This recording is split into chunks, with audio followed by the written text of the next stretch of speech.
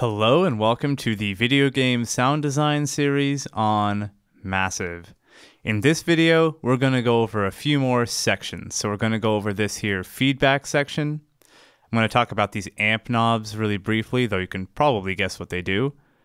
We'll talk about the filter section in a little more detail, and we'll go into the insert effects down here and the master effects over here. So, let's get started with the feedback section. The feedback section is something that will come into play a lot more later, so I just want to explain it now pretty briefly.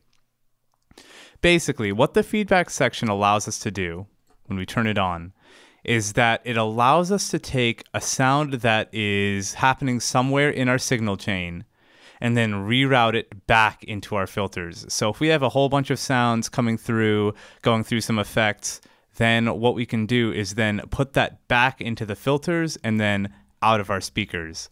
So it creates feedback. It's feeding the sound back into itself, essentially. And the way you control where it's getting that sound from is from this routing window. And we're going to go way more in depth into the center panel in future videos. But how to quickly work with feedback is that you can click this little FB, and that determines where you're getting your signal from to feed back into the filters. So to show a very, very quick version of what this will sound like, and it'll sound different on every patch. But what I'll do is I will turn on a filter. So let's do a low pass, and we'll go into all of these very shortly. So let's do a low pass. I have my basic sound here. So let's turn up the cutoff. So just a square saw wave with a low pass filter on it. And now what I'm going to do is play with this feedback knob.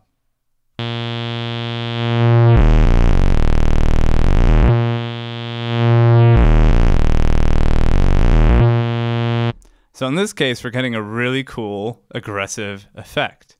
And the sound, again, will be different, but because it is feeding the sound back into itself, we'll usually get some cool form of distortion or rumbling, this sort of thing, using feedback.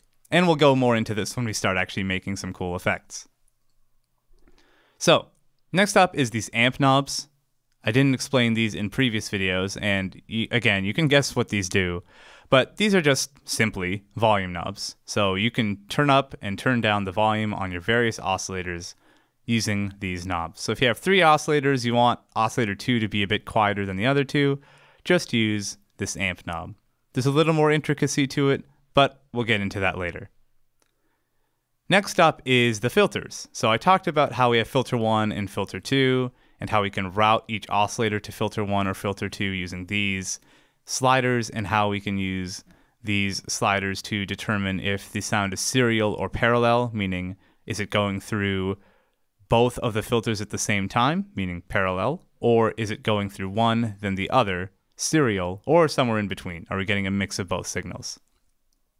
Over here on the right, we have our volume faders for our filters. So we can determine how much of each filter we're hearing. We can turn it all the way up so we hear filter 1 nice and clear, and have filter 2 be somewhere halfway. And this mix slider determines how much of each we can hear as well. So it's kind of a sub-mix of all of these sections put into one fader. So you can realize, all right, I want just a little fader 2 in, or filter 2 in our sound using this fader. And you can just turn it down just a bit, or you can decide I want to hear only filter 1, up it goes. So that's the basics of that, but let's go into all of these filter types we have here. So low pass and high pass are just low pass and high pass filters. Low pass 4 is more aggressive than low pass 2. That's what you need to know. Same with high pass 4 and high pass 2. So low pass 4 will cut more aggressively than low pass 2.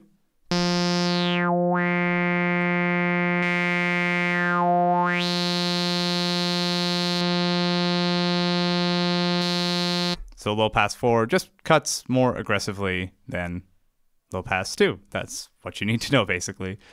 Now, the rest are a little more unique. Now, some of these do exist in other synths and just plugins in general, and there are a few that are specific to Massive. So let's do the all pass. The all pass filter allows all frequencies to pass through. All pass allows all frequencies to pass through, but what it does is it adds a little bit of resonance depending on where you slide the cutoff knob. So I'm just going to demonstrate this, and I'll play around with this cutoff knob, and you'll hear what I mean.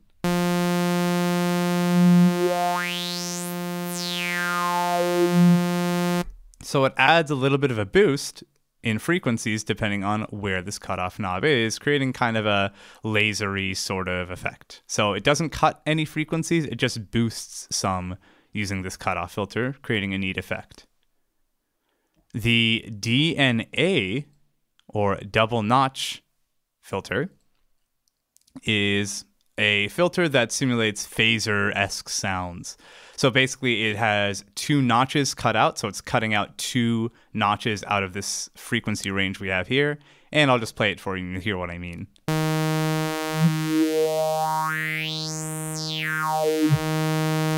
So it's just cutting out two separate bands of frequencies, and depending on where we slide our cutoff is where we're cutting this sound out, where these two notches will be. And resonance will be the boost that happens around our cutoff point, just like always.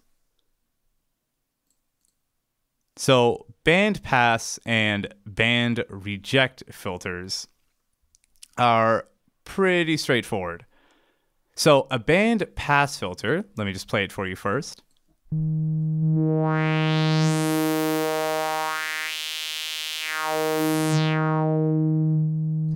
Is a filter that will only allow one band of frequencies to pass through, i.e. that's all we're going to hear. So it's a little bit of a boost with everything else cut out on the left and right of it. This bandwidth knob determines how wide of a frequency range we're going to hear. So if I turn this to be pretty narrow and play around with this cutoff knob,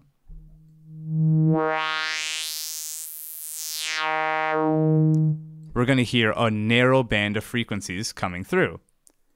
A band reject is just the opposite. It takes a single band of frequencies and rejects it. So we're hearing everything but this one kind of cutout. It's like a single notch filter in that way. So if I play around with this cutoff knob now,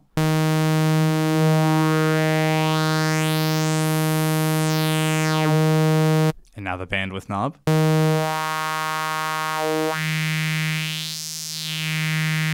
so what we're doing is taking a single group of frequencies out from our sound. So we have one bell curve cutting out of our overall sound. And the scream filter, which is an interesting name, basically is a type of low-pass filter. It's kind of its own massive specific thing, but it has some internal feedback, so some sort of distortion, dirtiness added in. So it has this scream knob, which is unique to it and allows you to add some kind of distortion feedback sound. So very, very cool. The next one is the Daft Filter. So the Daft Filter is, again, just another type of low-pass filter, and it just has its own kind of unique sound. So I'm just going to play it for you.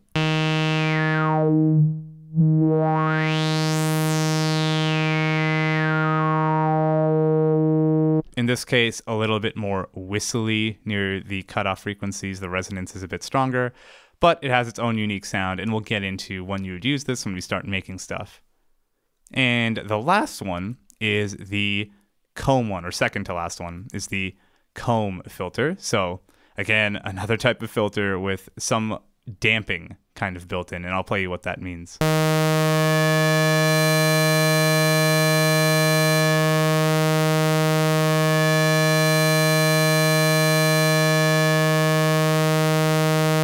So what this does is it has its own internal feedback built in, and you can damp the feedback that you're hearing.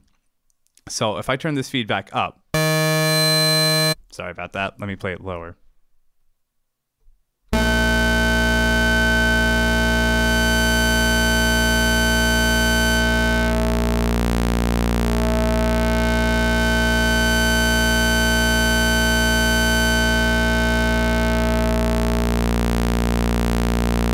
So this is kind of like a flanger. So what it's doing is it's allowing me to increase or decrease the amount of feedback I'm hearing within the sound. And we can also change the pitch here.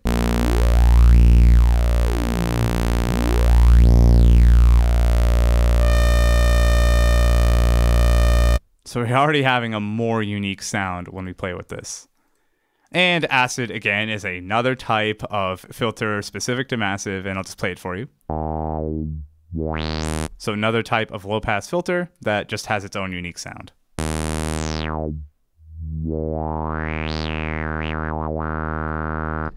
And that's it for these filters. We'll go into using basically all of them whenever we start making stuff. But that's just so you know that these exist and what they all do. Next up is the insert effects section. So that's all the way down here. Now, this is effects that you can turn on and off, but they're not typical effects. They're not reverb. They're not chorus, that sort of stuff. That lives in the master effects section over here, but we'll get into that in just a second. These are effects that you can change where they're happening in this signal chain. And again, we'll get into this routing section later, but you can see I can click insert 1 or insert 2. I can turn them on and off in different areas of our signal chain, giving us a different sound. So we can have insert 1 start happening after filter 1 has already processed the sound. We can have insert 2 start happening after both of the filters have gone through it. Maybe there's feedback, and then insert 2 also starts acting on it. So the order of operations that happens here determines our final sound. But we're going to get into that more, so don't worry if this looks like craziness to you. So in insert 1 or 2, both are the same, we can have a number of different effects here. So instead of our master effects, which have things like reverb and flangers and choruses and delays, things that you're used to, we have a few different synth-specific effects. Now, you've probably seen some of these before, which is totally cool, but I'm just going to go over them really quickly as well. So there's a simple delay, which is exactly what it sounds like. It has a slight type of echo effect determined by this time knob.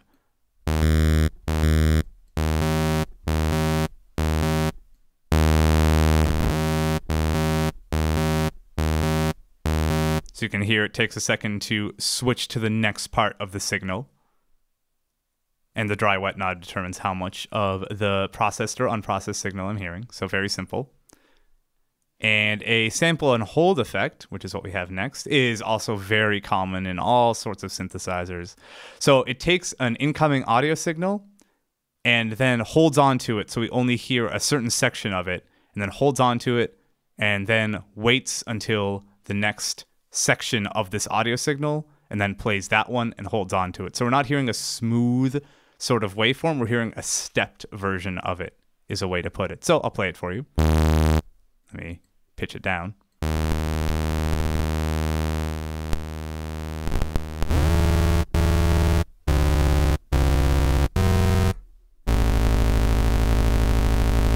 So instead of sounding smooth, it's basically making it sound very stepped and quantized in a way. So instead of smooth, nice round curves, or depending on the wave shape, whatever it may be, we're taking small sections of that sound, holding on to it, not moving on to the next one until the sample and hold determines that it's time to move on to the next part. So we're hearing only small chunks of our sound. So pretty straightforward, gives a cool effect, can usually yield some nice aggressive sorts of sounds, like we're hearing right there. The bit crusher does basically what it sounds like. It creates distortion by getting rid of bits in our signal. So it gets rid of the bit depth of our signal. So if I play this for you, and I play with the crush knob, which is determining how many bits we're crushing.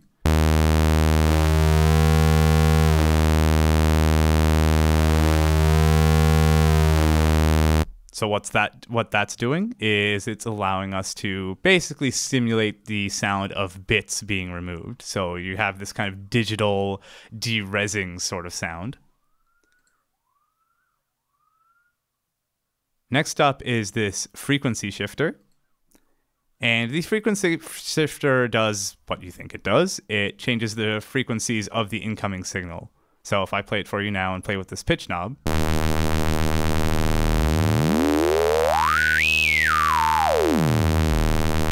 and determined by the dry and wet knob is how much we're hearing.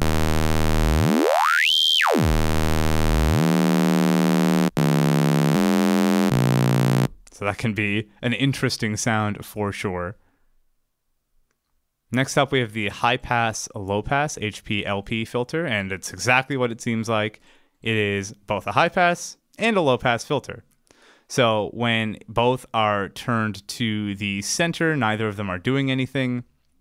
But when I turn them to the left and right, they both start acting on the sound. So I'll play around with both of these knobs.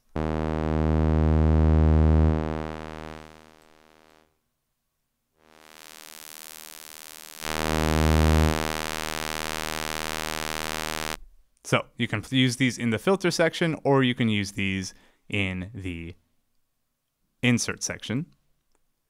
Next up is the Sine Shaper. And the Sine Shaper is basically what's known as a wave shaper.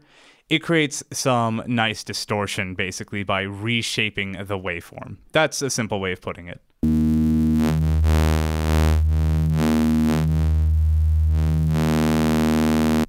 I really like that sound. And the Parabolic Shaper is the same thing. It's just a different sounding distortion that shapes the waveform in a different way.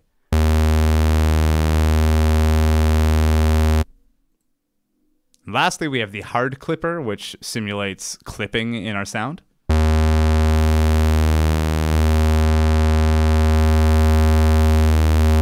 So it simulates digital distortion or clipping in our overall sound. So that's what these insert effects are. We'll get more into it when we make more interesting stuff, but now you know what they do. Next up is the master effects section, and this is the last section we'll cover in this video. And this is very straightforward. You're familiar with most of these effects already anyway. So if I click this pull down menu, we have things like reverb, small reverb, so less reverb basically. And we have things like flangers, we have chorus, we have phasers, we have delay, we have synced delay, so it syncs to the tempo of your piece. So you already know what these are, and if you don't, you can look at the manual. I don't want to go over every single one of these because these are very standard effects that you can see basically anywhere. You can look these up, or just look in the massive manual and you'll see explanations for all of these. So I'll do the more unique stuff. Let's do the Dimension Expander, which is a wonderful name. So the Dimension Expander is basically a combination of delay and chorus. So it gives a very cool room spatial sort of sound. So let's play with it. So let's turn the size up, so the size of the room. And I'll turn the dry wet up.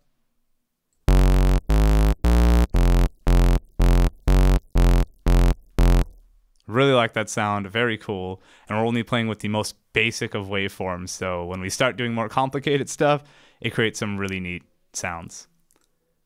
Classic tube is emulation of a tube amplifier, so that kind of warm, dirty, old school sound.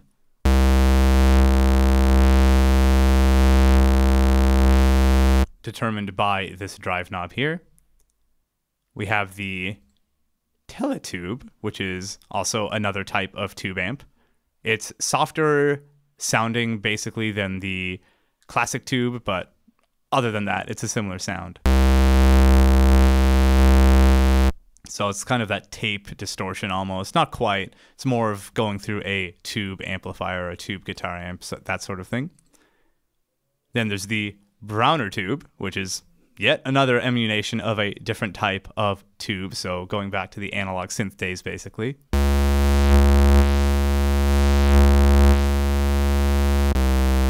Warms the sound up a little bit. And lastly, we have this EQ section, which we can turn on and off here. And it's just a simple equalizer. Very, very, very simple. Has a low shelf, meaning everything below a certain frequency will be boosted or cut. And a high shelf as well, that everything below or above a certain frequency will be boosted or cut. So if I take this low shelf and I turn it up, make the boost really high,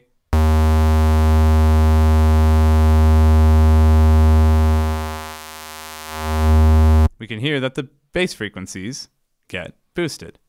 Same with the high shelf.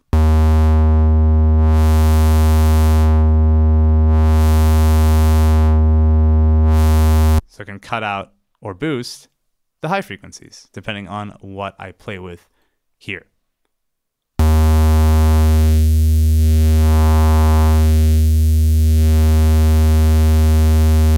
So that's what this EQ is. It's very, very straightforward. I actually don't use this very often, other than for just quick little changes in our overall sound. If I want a little more bass, I don't want to put on an EQ, I'll use this, but generally I'll just use an actual equalizer to do that. All right, so that's it for this video. In the next video, we're going to get finally into the center section, which is pretty complicated but really cool. And then from there, we are going to start making sounds. So I'm going to be teaching you how to make specific sounds using the synthesizer for video game-y film sorts of purposes. Okay, so thank you so much for watching this video. And if you liked it, please sign up for my newsletter, which is where I share all my best stuff for those of you who want a career in video games, whether it be AAA, indie, freelance, working at a big company, whatever it may be. I'd love to help. So sign up. That's where I give out all my best stuff. I even have a free ebook there that will help you get paid for your work and paid well for your work, so you're not a starving artist. We don't want that. And also, of course, please subscribe. That helps me out a lot. It lets me know that, hey, people like this stuff, which is wonderful to hear. And of course, watch my TED Talk on the power of video game music, which I gave back in November. And of course, I just gave a GDC talk, a Game Developers Conference talk on the sound of Hyper Light Drifter. So go ahead and watch that. Let me know what you think. It goes in depth into the sound design behind the game Hyper Light Drifter and how I use some weird technology to do it and all that sort of good stuff. So thank you so much for watching, and I'll see you in the next video.